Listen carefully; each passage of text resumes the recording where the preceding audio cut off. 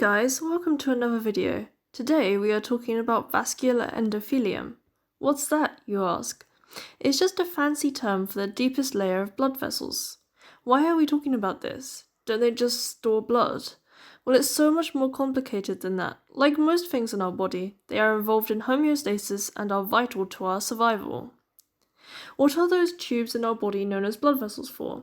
First, they help bring oxygen and nutrients to our cells and remove waste products from those cells. Secondly, they help carry blood, but prevent hemorrhage or thrombosis, which is much harder than it sounds. Try exposing blood to air, it clots immediately.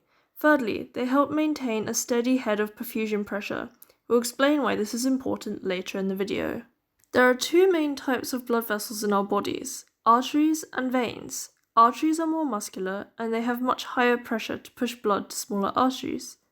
Veins, on the other hand, have low pressure, and muscles are required to pump blood back to the heart, which is why deep vein thrombosis is fairly common after long periods of inactivity on planes. Drop a like and subscribe to get a video on deep vein thrombosis.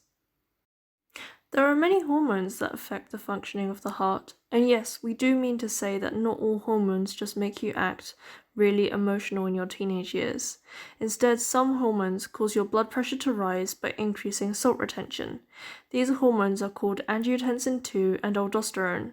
On the flip side, there are other hormones that help you lower your blood pressure by increasing the excretion of salt, called ANP and BNP. The rate at which you excrete water can also be controlled by hormones. ANP and BNP make you need to pee more the same way that coffee does. But there are also hormones that make you need to pee less often, and no, we do not recommend you take these artificially before giving a public speech, although we do hope you manage to not pee your pants. Obviously, I am not talking from personal experience. Anyway, these hormones are known as ADH and AVP and cause more water to be reabsorbed into your blood from your kidneys to prevent dehydration, and hence prevent your blood from becoming too thick for your heart to pump effectively. Vascular endothelial cells are sensors to any changes in blood flow and help regulate vascular tone and blood pressure. Endothelial cells use NO to dilate the blood vessels and respond to many different factors including inflammation, blood flow, and your traditional risk factors. The cells have proteoglycan hairs protruding from them. When you are doing exercise, the hairs are activated and they increase the production of nitric oxide and dilate vessels. A single cigarette or an increase in blood sugar can damage these cells, which can lead to the development of atherosclerosis. Causes of endothelial dysfunction include hypertension, diabetes, cigarette smoking, poor diet, and aging. These can lead to less nitric oxide being produced and more of a peptide hormone called ET1. ET1 increases vasoconstriction for a long time, so keeping its production to a minimum is ideal. Serious consequences of endothelin include renal disease, atherosclerosis, heart failure, and insulin resistance. Organic nitrates are used to treat angina and are broken down in the body to release nitric oxide, leading to vasodilation. However, when patients are given these nitrates for a long time, they will build up a tolerance and therefore start to lose the benefits of the drug.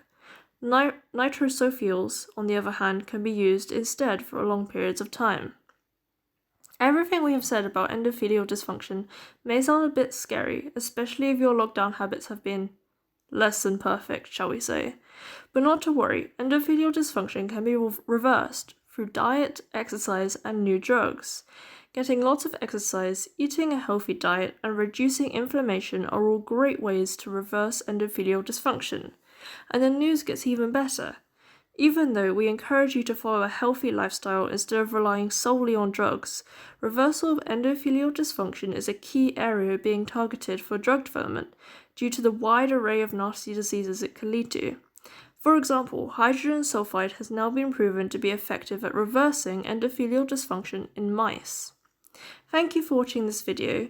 It was a bit more sciencey than usual today, so if you want to see more of this content, please give us a like and comment down below.